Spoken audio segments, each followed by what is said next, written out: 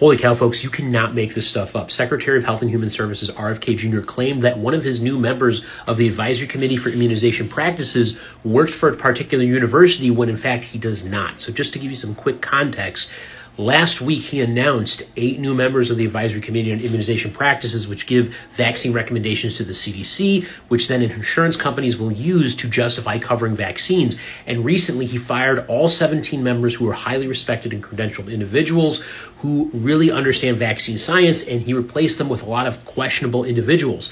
But let me show you what he wrote in this tweet last week. So he claimed that Michael Ross, MD, is a clinical professor of obstetrics and gynecology at George Washington University and Virginia Commonwealth University. And it says with a career expanding clinical medicine research and public health policy.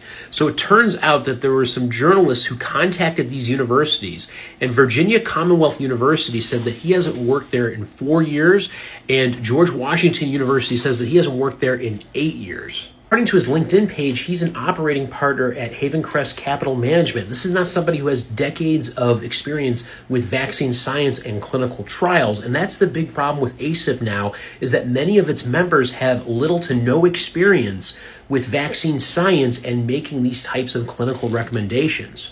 This is another reason why RFK Jr. is not fit to be Health and Human Services Secretary, and that you should be contacting your legislator to ask for his resignation or for him to be impeached and removed from office.